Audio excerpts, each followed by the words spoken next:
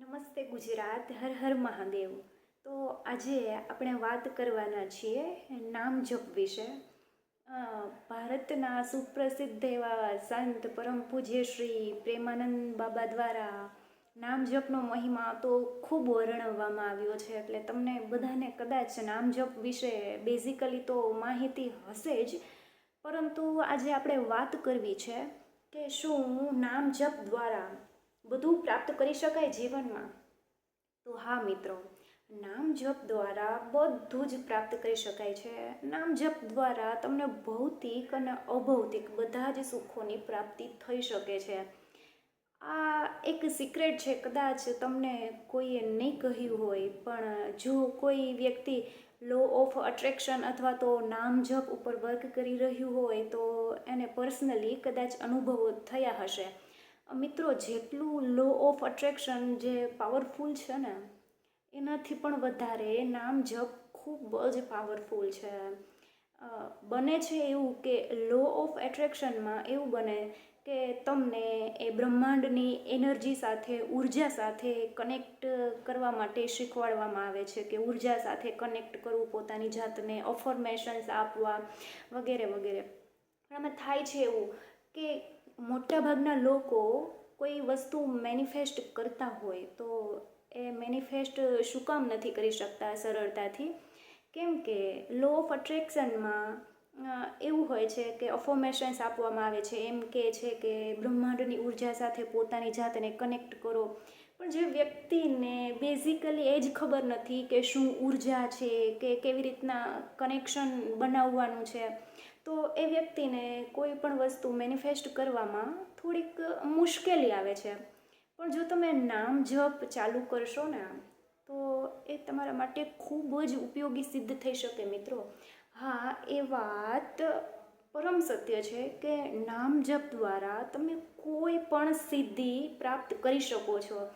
નામ જપ પાછળ એક સાયન્સ એવું છે કે તમે સતત કોઈ નામ જપ કરો છો ને તમારા મગજમાં, તો તમારી જે મસ્તિષ્કની જે નસો છે ને, એ યોગ્ય રીતે કામ કરવા લાગે છે અને તમારું જે મન આમ તેમ જે ભાગતું હોય છે ને, એ મન પર, તમારા વિચારો પર નિયંત્રણ આવી જાય છે.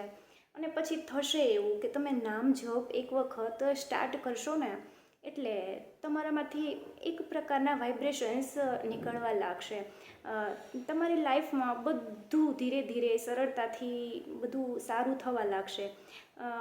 પેલી કહેવત છે ને કે સારી વસ્તુ હોય એ આપોઆપ બીજી કોઈ સારી વસ્તુને એટ્રેક્ટ કરે. એક વખત તમે નામ જપ શરૂ કરશો ને, એટલે આપોઆપ તમે સારી એનર્જી સાથે, સારા લોકો સાથે, સારા વાતાવરણમાં તમે કનેક્ટ કરી શકશો પોતાની જાતને.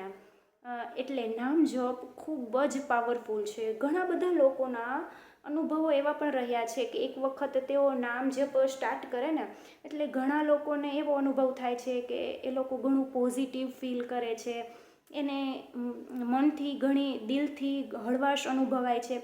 પણ અમુક અનુભવોમાં એવું પણ જાણવા મળ્યું છે કે લોકોને ઘણી વખત એમ કે નેગેટિવ ભાવ આવતા હોય, અથવા તો એમને કંઈ શરૂઆતમાં કોઈ તકલીફ થઈ રહી હોય. એનું એ કારણ છે મિત્રો કે એક વખત તમે નામ જપ શરૂ કરશો ને, એટલે તમારી અંદરની જેટલી પણ નેગેટિવિટી હશે ને, એ બહાર જતી હશે. એટલે શરૂઆતમાં તમને કંઈ આવી મુશ્કેલી આવે તો ડરવું નહીં. નામ જપ તમારે સતત ચાલુ રાખવું. પછી ભલે એ કોઈ પણ ભગવાનનું નામ હોય, રાધારાની હોય, મહાદેવ હોય તો ઓમ નમઃ શિવાય, અથવા તો સીતારામ, તમે કોઈ પણ નામ તમે જપવાનું ચાલુ કરી શકો છો. આ ખૂબ જ અદ્ભુત પ્રયોગ છે મિત્રો. એક વખત તમે જરૂરથી કરીને જુઓ, પછી તમે સામેથી એના જે પરિણામો આવે ને એની ચર્ચા કરશો તમે કે હા, નામ જપ એ ખૂબ જ સિદ્ધ પ્રયોગ છે. અને લો ઓફ અટ્રેક્શન બધા લોકો માટે સરળતાથી કામ નથી કરતું ને, એની પાછળનું કારણ એ છે મિત્રો, કારણ કે એમાં એનર્જી સાથે કનેક્ટ કરવાનું હોય છે. અને એમ કહેવામાં આવે છે કે એનર્જી સાથે કનેક્ટ થઈને તમારા વાઇબ્રેશન્સ મોકલો, અને આ બધું હોય છે. પરંતુ જે વ્યક્તિને એ જ ખબર નથી કે એ કોણ એનર્જી, કોણ બ્રહ્માંડ, તો એ વ્યક્તિ સરળતાથી એવી કોઈ પરિકલ્પના નહીં કરી શકે. એના બદલે જો તમને એમ કહેવામાં આવ્યું હોય કે આ ચાલો આ હનુમાનજી છે તો નામ જપ તમે હનુમાનજી મહારાજ માટેનું શરૂ કરો, અથવા તો રામ છે તો સીતારામ નામનું કરો. હા, તો તમને એમ થશે કે હા હનુમાનજી તો હનુમાનજી આવા હોય, આવો એમનો દેખાવ છે. કૃષ્ણ ભગવાન તો હા કૃષ્ણ ભગવાન આવા દેખાવમાં લાગે છે, એમના હાથમાં બાંસુરી છે, મુગટ ધારણ કરેલ છે, મોરપંખ છે. તો તમે સરળતાથી એમની સાથે કનેક્ટ કરી શકશો. એટલે તમને નામ જપમાં